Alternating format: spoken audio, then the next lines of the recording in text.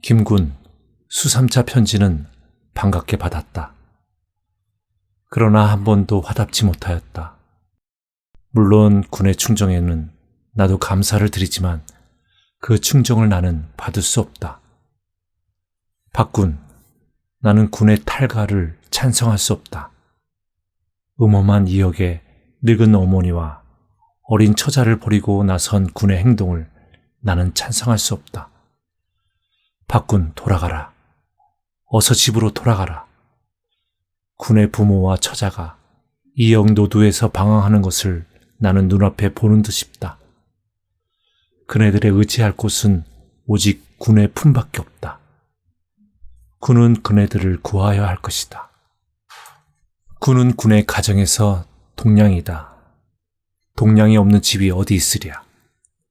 조그마한 고통으로 집을 버리고 나선다는 것이 의지가 굳다는 박군으로서는 너무도 박약한 소위이다. 군은 모모단에 몸을 던져 모선에 섰다는 말을 일전 황군에게서 듣기는 하였으나 그렇다 하여도 나는 그것을 시인할 수 없다. 가족을 못 살리는 힘으로 어찌 사회를 건지랴. 박군, 나는 군이 돌아가기를 충정으로 바란다. 군의 가족이 사람들 발 아래서 짓밟히는 것을 생각할 때 군의 가슴이 늘 어찌 편하랴. 김군, 군은 이러한 말을 편지마다 썼지. 나는 군의 뜻을 잘 알았다. 사랑하는 나의 가족을 위하여 동정하여 주는 군에게 어찌 감사치 않으랴. 정다운 벗의 충고에 나는 늘 울었다. 그러나 그 충고를 들을 수 없다. 듣지 않는 것이 군에게는 고통이 될는지 분노가 될는지 나에게 있어서는 행복일는지도 알 수 없는 까닭이다. 김군, 나도 사람이다. 정의가 있는 사람이다. 나의 목숨 같은 내 가족이 유린받는 것을 내 어찌 생각지 않으랴. 나의 고통을 제3자로서는 만분의 1이라도 느낄 수 없는 것이다. 나는 이제 나의 탈가한 이유를 군에게 말하고자 한다. 여기에 대하여 동정과 비난은 군의 자유이다. 다만 이러하다는 것을 군에게 알릴 뿐이다. 나는 이것을 군이 아니면 다른 사람에게라도 알리지 않고는 견딜 수 없는 충동을 받는 까닭이다. 그러나 나는 단언한다. 군도 사람이오니 나의 말하는 것을 부인치는 못하리라. 김군, 내가 고향을 떠난 것은 5년 전이다. 이것은 군도 아는 사실이다. 나는 그때의 어머니와 아내를 데리고 떠났다. 내가 고향을 떠나 간도로 간 것은 너무도 절박한 생활에 시들은 몸에 새 힘을 얻을까 하여 새 희망을 품고 새 세계를 동경하여 떠난 것도 군이 아는 사실이다. 간도는 천부금탕이다. 기름진 땅이 흔하여 어디를 가든지 농사를 지을 수 있고 농사를 지으면 쌀도 흔할 것이다. 삼림이 많으니 나무 걱정도 될 것이 없다. 농사를 지어서 배불리 먹고 뜨뜻이 지내자. 그리고 깨끗한 촉 하나 지어놓고 글도 있고 무지한 농민들을 가르쳐서 이상촌을 건설하리라. 이렇게 하면 간도의 황무지를 개척할 수 있다. 이것이 간도 갈 때에 내 머릿속에 있었던 이상이었다. 이때에 나는 얼마나 기뻤으랴. 두만강을 건너고 오랑캐령을 넘어서 망망한 평야와 산천을 바라볼 때 청춘의 내 가슴은 이상의 불길에 탔다. 구수한 내 소리와 헌헌한 내 행동에 어머니와 아내도 기뻐하였다. 오랑캐령을 올라서니 서북으로 쏠려오는 봄새찬 바람이 어떻게 뺨을 갈기는지. 에구 춥구나. 여기는 아직도 겨울이구나. 하고 어머니는 수레 위에서 이불을 뒤집어 썼다. 뭘요? 이 바람을 많이 마셔야 성공이 올 것입니다. 나는 가장 씩씩하게 말하였다. 이처럼 나는 기쁘고 활기로웠다. 김군, 그러나 나의 이상은 물거품으로 돌아갔다. 간도에 들어서서 한 달이 못 되어서부터 거칠은 물결은 우리 새 생명의 앞에 기탄 없이 몰려왔다.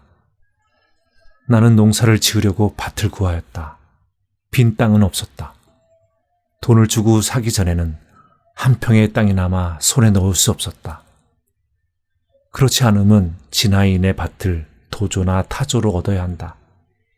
1년 내 중국 사람에게서 양식을 구워 먹고 도조나 타조를 얻는 데야 1년 양식 빚도 못 될 것이고 또 나 같은 시로도에게는 밭을 주지 않았다. 생소한 산천이요 생소한 사람들이니 어디 가면 좋을는지 의논할 사람도 없었다. H라는 총거리에 새빵을 얻어가지고 얼음얼음 하는 새에 보름이 지나고 한 달이 넘었다. 그 새에 몇 푼 남았던 돈은 다 불려먹고 밭은 고사하고 일자리도 못 얻었다. 나는 팔을 걷고 나섰다.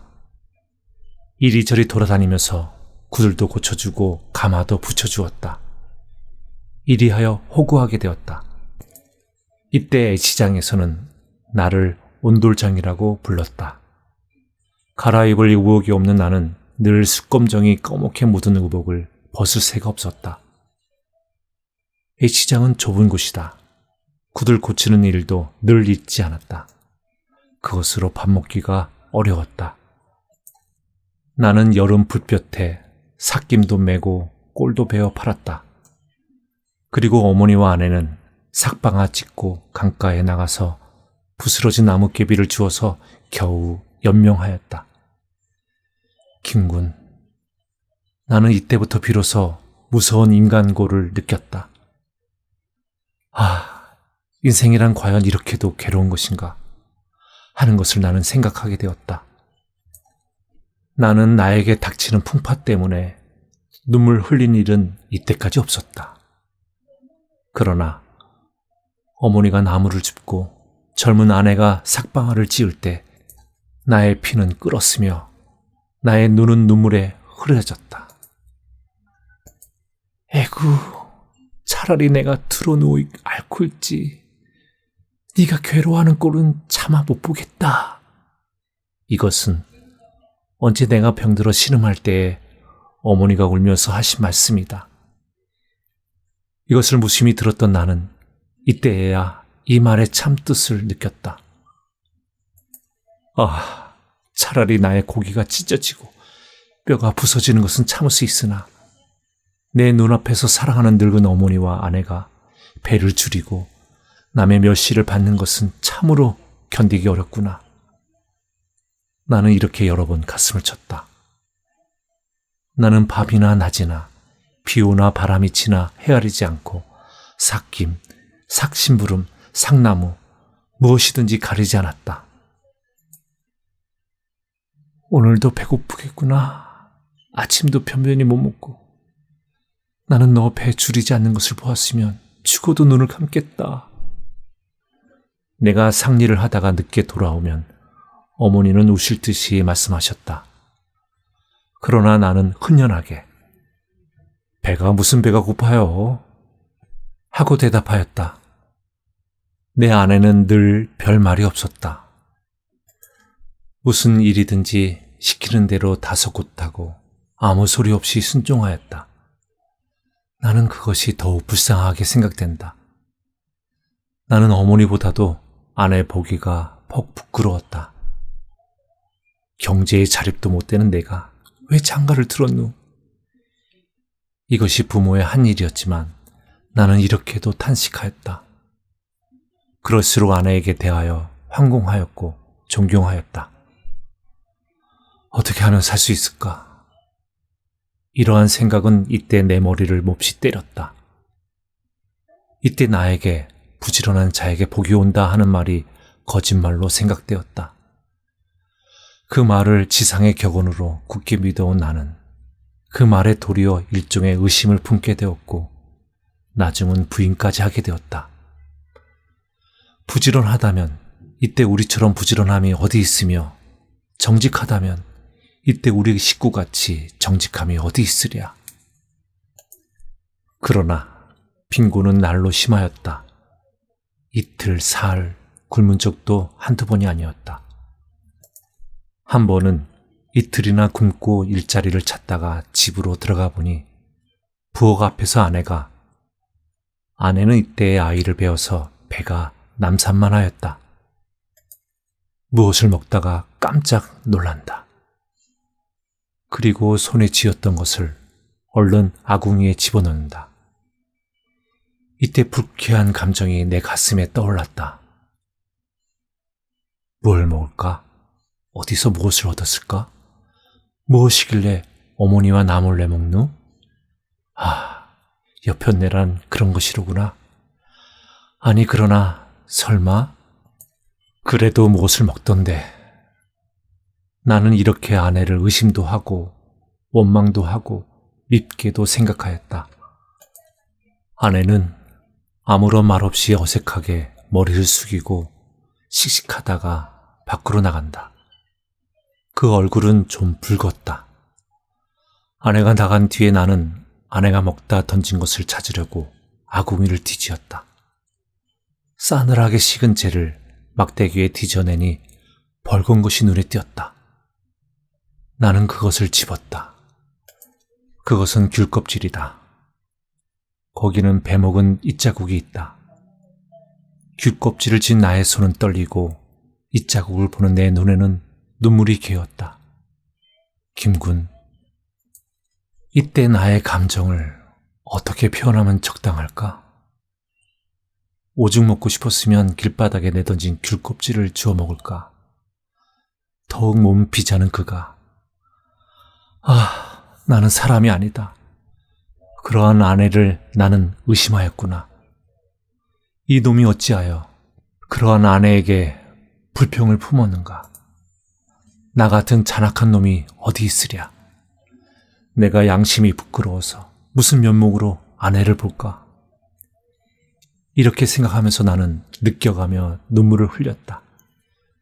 귤 껍질을 진 채로 이를 악물고 울었다. 야, 어째서 우느냐? 일어나거라. 우리도 살 때 있겠지. 늘 이러겠느냐? 하면서 누가 어깨를 친다. 나는 그것이 어머니인 것을 알았다. 아이고 어머니, 나는 불효자외다. 하면서 어머니의 팔을 안고 자꾸자꾸 울고 싶었다. 그러나 나는 아무 소리 없이 가슴을 부둥켜 안고 밖으로 나갔다. 내가 왜 우노? 울기만 하면 무엇하나? 살자. 어떻게든지 살아보자. 내 어머니와 내 아내도 살아야 하겠다. 이 목숨이 있는 때까지는 벌어보자. 나는 이를 갈고 주먹을 쥐었다. 그러나 눈물은 여전히 흘렀다. 아내는 말없이 울고 서 있는 내 곁에 와서 손으로 치마끈을 만지작거리며 눈물을 떨어뜨린다. 농사집에서 자라난 아내는 지금도 어찌 수줍은지 내가 울면 같이 울기는 하여도 어떻게 말로 위로할 줄은 모른다. 김군, 세월은 우리를 위하여 여름을 항시 주지는 않았다. 서풍이 불고 서리가 내리기 시작하였다. 찬 기운은 벗은 우리를 위협하였다. 가을부터 나는 대구어 장사를 하였다. 3원을 주고 대구 10마리를 사서 등에 지고 산골로 다니면서 콩 대두와 바꾸었다. 난 대구 10마리는 등에 질 수 있었으나 대구 10마리를 주고 받은 콩 10말은 질 수 없었다. 나는 하는 수 없이 3, 40리나 되는 곳에서 두 말씩 사흘 동안이나 져왔다. 우리는 10말 되는 콩을 자본 삼아 두부 장사를 시작하였다. 아내와 나는 진종일 맷돌질을 하였다. 무거운 맷돌을 돌리고 나면 팔이 뚝 떨어지는 듯 하였다. 내가 이렇게 괴로울 적에 해산한 지 며칠 안 되는 아내의 괴로움이야 어떠하였으랴. 그는 늘 낯이 부석부석하였다. 그래도 나는 무슨 불평이 있는 때면 아내를 욕하였다. 그러나 욕한 뒤에는 곧 후회하였다.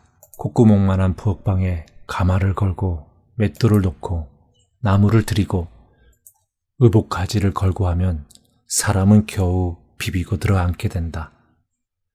뜬 김에 문창은 떨어지고 벽은 눅눅하다. 모든 것이 후질근하여 의복을 입은 채 미지근한 물속에 들어앉은 듯하였다. 어떤 때는 애써 갈아놓은 비지가 이 뜬 김 속에서 쉬어버렸다. 두부물이 가마에서 몹시 끓어 번질 때에 우윳빛 같은 두부물 위에 버터빛 같은 노란 기름이 엉기면 우리는 안심한다. 그러나 두부물이 희멀금해지고 기름기가 돌지 않으면 거기만 시선을 쏘고 있는 아내의 낯빛부터 글러가기 시작한다. 초를 쳐보아서 두부물이 서지 않게 매캐지근하게 풀려질 때에는 우리의 가슴은 덜컥한다. 또 신기로구나. 저를 어쩌누. 젖을 달라고 빽빽 우는 어린아이를 안고 서서 두부물만 들여다보시는 어머니는 목매인 말씀을 하시면서 우신다. 이렇게 되면 온 집안은 신선하여 말할 수 없는 울음, 비통, 처참, 소조한 분위기에 쌓인다. 너 고생한 게 애달구나.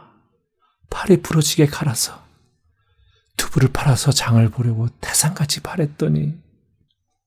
어머니는 그저 가슴을 뜯으면서 우신다. 아내도 울듯울듯 머리를 숙인다. 그 두부를 판 데야 큰 돈은 못 된다. 기껏 남는 데야 20전이나 30전이다. 그것으로 우리는 호구를 한다. 20전이나 30전의 어머니는 운다. 아내도 기운이 준다. 나까지 가슴이 바짝바짝 조인다. 그날은 하는 수 없이 쉰 부두물로 때를 메우고 지낸다. 아이는 젖을 달라고 밤새껏 빽빽거린다. 우리의 살림에 어린애도 귀치는 않았다. 울면서 겨자 먹기로 괴로운 대로 또 두부를 하지 않으면 안 된다. 그러나 이번에는 뗄 나무가 없다. 나는 낫을 들고 떠난다. 내가 낫을 들고 떠나면 산후여독으로 신음하는 아내도 낫을 들고 말없이 나를 따라 나선다. 어머니와 나는 굳이 만류하나 아내는 듣지 않는다. 내 손으로 하는 나무 위험만 마음 놓고는 못한다. 산 임자에게 들키면 여간한 경을 치지 않는다. 그러므로 우리는 황혼이면 산에 가서 나무를 하여치고 밤이 깊어서 돌아온다. 아내는 이곳 나는 지고 캄캄한 밤에 산비탈로 내려오다가 발이 미끄러지거나 돌에 채이면 곤두박질을 하여 나무집 속에 든다. 아내는 소리 없이 이었던 나무를 내려놓고 나무찜에 눌려서 버득거리는 나를 겨우 끄집어 일으킨다. 그러나 내가 나무찜을 지고 일어나면 아내는 혼자 나무찜을 잊지 못한다. 또 내가 나무찜을 벗고 아내에게 이어주면 나는 추워주는 이 없이는 나무찜을 질 수가 없었다. 하는 수 없이 나는 어떤 높은 바위에 벗어놓고 아내에게 이어준다.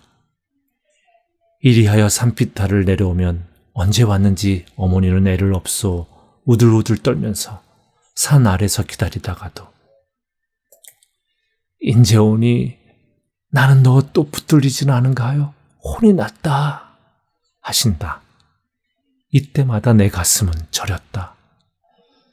나는 이렇게 나무를 하다가 중국 경찰서까지 잡혀가서 여러 번 맞았다. 이때 이웃에서는 우리를 조소하고 경찰에서는 우리를 의심하였다. 신수가 멀쩡한 연놈들이 그 꼴이야?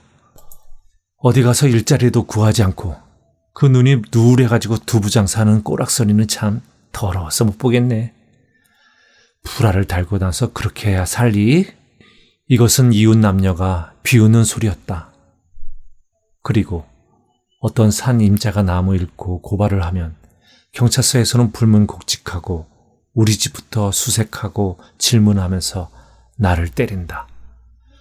그러나 나는 호소할 곳이 없다. 김군, 1억으로 겨울은 점점 깊어가고 기한은 점점 박두하였다. 일자리는 없고 그렇다고 손을 털고 앉았을 수도 없었다. 모든 식구가 펄해펄해서 굶고 앓는 꼴을 나는 그저 볼 수 없었다. 시퍼런 칼이라도 들고 하루라도 괴로운 생을 모면하도록 쿡쿡 찔러 없애고 나까지 없어지든지 나가서 강도질이라도 하여서 기한을 면하든지 하는 수밖에는 더 도리가 없게 절박하였다. 나는 일이 없으면 없느니만큼 고통이 닥치면 닥치니만큼 내 번민은 크다.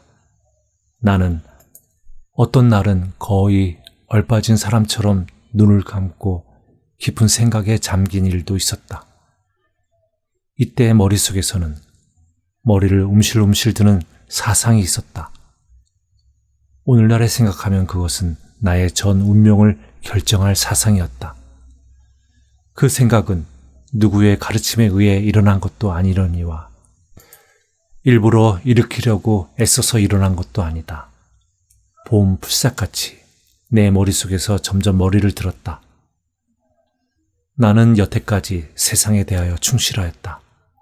어디까지든지 충실하려고 하였다.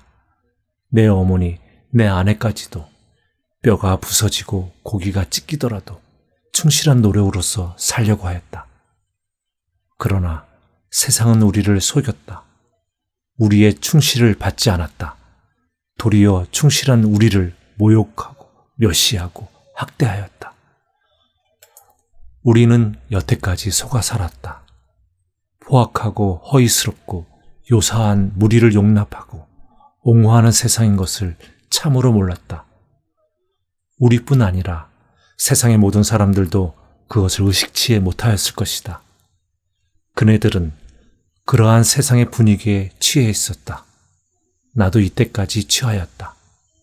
우리는 우리로서 살아온 것이 아니라 어떤 험악한 제도의 희생자로서 살아왔었다. 김군, 나는 사람들을 원망치 않는다. 그러나 마주에 취하여 자기의 피를 짜 바치면서도 깨지 못하는 사람을 그저 볼 수 없다. 허위와 요사와 표독과 게으른 자를 옹호하고 용납하는 이 제도는 더욱 그저들 수 없다. 이 분위기 속에서는 아무리 노력하여도 우리의 생의 만족을 느낄 날이 없을 것이다. 어찌하여 겨우 연명을 한다 하더라도 죽지 못하는 삶이 될 것이요. 그 영향은 자식에게까지 미칠 것이다. 나는 어미 품속에서 빽빽거리는 어린 것의 장래를 생각할 때면 애잡자란 감정과 분함을 금할 수 없다. 내가 늘 이 상태면 그것은 거의 정한 의치다.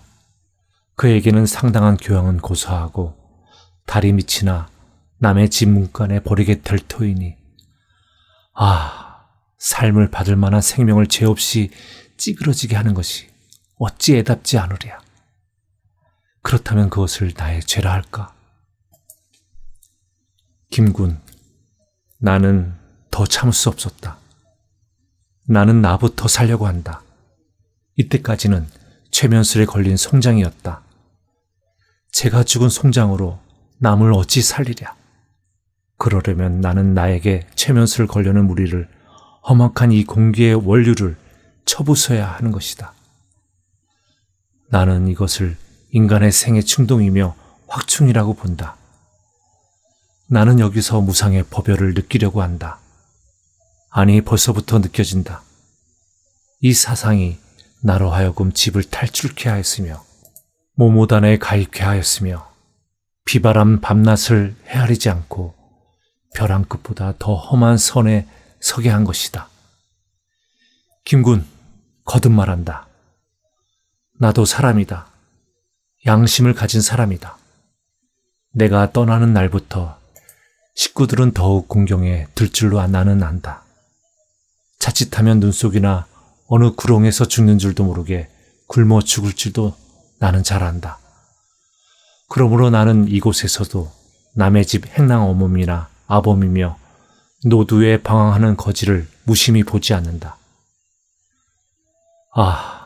나의 식구도 그럴 것을 생각할 때면 자연히 흐르는 눈물과 뿌직뿌직 찢기는 가슴을 덮쳐잡는다.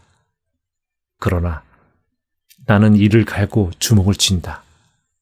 눈물을 아니 흘리려고 하며 비애에 상하지 않으려고 한다. 울기에는 너무도 때가 늦었으며 비애에 상하는 것은 우리의 박약을 너무도 표시하는 듯 싶다. 어떠한 고통이든지 참고 분투하려고 한다. 김군, 이것이 나의 탈가한 이유를 대략 적은 것이다. 나는 나의 목적을 이루기 전에는 내 식구에게 편지도 하지 않으려고 한다. 그네가 죽어도 내가 또 죽어도. 나는 이러다 성공 없이 죽는다 하더라도 원한이 없겠다. 이 시대, 이 민중의 의무를 이행한 까닭이다. 김군아, 말을 다 하였으나 정은 그저 가슴에 넘치노나.